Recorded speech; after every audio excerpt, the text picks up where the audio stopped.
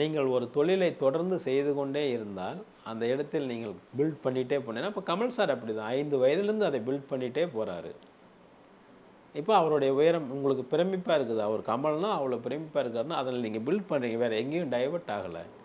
அதுதான் அஜித் அதில் பில்ட் பண்ணிகிட்டே வந்திருக்கிறாரு. அப்புறம் ஒரு ஈக்குவல் ஆப்போசிட் யாருன்னு பார்ப்பாங்க. விஜயா இப்போ ஏடிஎம்கே ஆப்போசிட் யார்? டிஎம்கே. ஆக அங்கே 10 பேர் சேர்ந்தான்னு தெரிஞ்சால் இங்கே ஒரு 100 பேர் வந்து சேரணும்டா, அங்கே 10 பேர் சேர்ந்துட்டானாமே. இப்படி போட்டிக்குண்டான ஒரு மனப்பான்மையை கிரியேட் பண்ணிவிட்டு ரசிகர்களும் அப்படியே சேர்ந்துட்டே வருவாங்க. இதெல்லாம் சேர்ந்தது தான்.